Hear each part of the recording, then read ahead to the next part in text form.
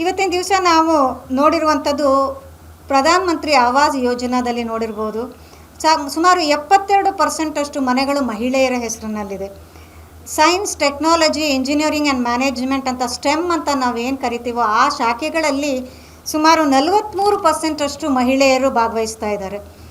ಮುದ್ರಾ ಲೋನ್ನ 69% ತಗೊಳ್ತಾ ಇರೋದು ಮಹಿಳೆಯರು.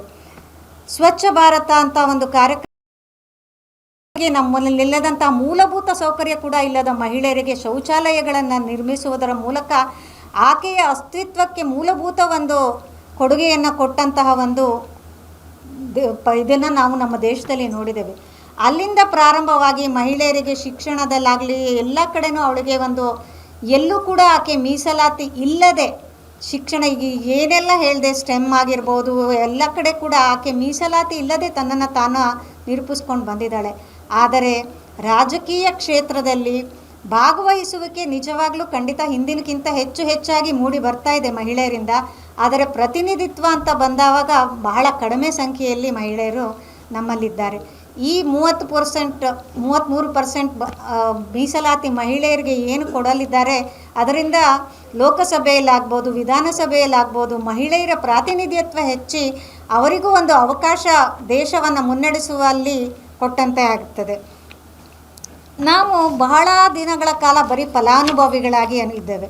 ಸಾಕಷ್ಟು ಯೋಜನೆಗಳು, ಉಜ್ವಲ ಯೋಜನೆ ಇರ್ಬೋದು, ಜಲ್ ಜೀವನ್ ಮಿಷನ್ ಇರ್ಬೋದು, ಮಹಿಳಾ ಸನ್ಮಾನ್ ಉಳಿತಾಯ ಪತ್ರ ಇರ್ಬೋದು, 26 ವಾರಗಳ ರಜಾ, ಹೆರಿಗೆ ರಜಾ ಇರ್ಬೋದು, ಹಾಗೆ ಹಲವಾರು ಜನ್ಧನ್ ಲೋಕಪತಿ ದೀದಿ, ಲಖ್ಪತಿ ದೀದಿ ಇರ್ಬೋದು, ನಮೋ ದೀದಿ ಡ್ರೋನ್ ಕಾರ್ಯಕ್ರಮ ಇರ್ಬೋದು.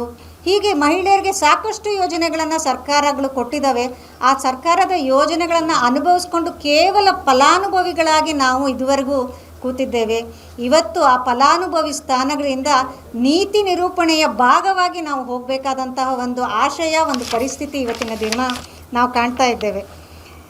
ಇದರಲ್ಲದೆ ನಾವೀಗಾಗಲೇ ಸಾಕಷ್ಟು ನೋಡಿರ್ಬೋದು, ಎಲೆಕ್ಷನ್ಗಳಲ್ಲಿ ನೀವು ಸಾಲುಗಳಲ್ಲಿ ನೋಡಿ ಮಹಿಳೆಯರ ಸಂಖ್ಯೆ ಹೆಚ್ಚಾಗಿರುತ್ತೆ. ಅಂದರೆ ತಾನು ದೇಶವನ್ನು ಯಾರು ಆಳಬೇಕು ಅಂತ ನಿರೂಪಿಸುವಲ್ಲಿ ನನ್ನ ಪಾತ್ರ ಹಿರಿದು ನಾನು ಭಾಗವಹಿಸಬೇಕು ಅಂತ ಒಂದು 18 ವರ್ಷದ ಹೆಣ್ಣು ಮಗಳಿಂದ ಹಿಡಿದು 85 ವರ್ಷದ ಹೆಂಗಸಿನವರೆಗೂ ಕೂಡ ಪ್ರತಿಯೊಬ್ಬರು ತಮ್ಮ ಶಕ್ತಿಯ ಅಶಕ್ತಿಯನ್ನು ಲೆಕ್ಕಿಸದೆ ವೋಟ್ ಮಾಡೋಕ್ಕೆ ಬರೋದನ್ನು ಇವತ್ತು ಸಾಕಷ್ಟು ಮಾಧ್ಯಮಗಳಲ್ಲಿ ನಾವು ಕೂಡ ನೋಡಿದ್ದೀವಿ.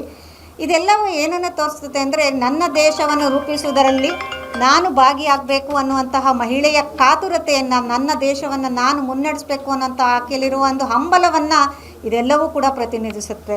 ಇದ್ರ ಜೊತೆಗೆ ಸಾಕಷ್ಟು 1.4 ಮಿಲಿಯನ್ನಷ್ಟು ಹೆಣ್ಣು ಮಕ್ಕಳು ಇದಕ್ಕೆ ಮುಂದೆ ಎಲೆಕ್ಷನ್ಗಳಿಗೆ ವೋಟ್ ಹಾಕಲಿಕ್ಕೆ ಬರೋರಿರೋದ್ರಿಂದ ನಾನು ಯಾರನ್ನು ಆಯ್ಕೆ ಮಾಡಬೇಕು ಅನ್ನೋದು ನನ್ನ ಹಕ್ಕಾಗಿರುವಾಗ ನಾನು ಆಯ್ಕೆಯಾಗಿ ಹೋಗಬೇಕು ಅನ್ನೋದು ಕೂಡ ನನ್ನ ಹಕ್ಕು ಆಗಿರುತ್ತೆ, ನನ್ನ ಜವಾಬ್ದಾರಿಯೂ ಆಗುತ್ತೆ. ಈ ದೇಶ ನನ್ನ ಹಕ್ಕು ಹೌದು, ನನ್ನ ಜವಾಬ್ದಾರಿಯೂ ಹೌದು.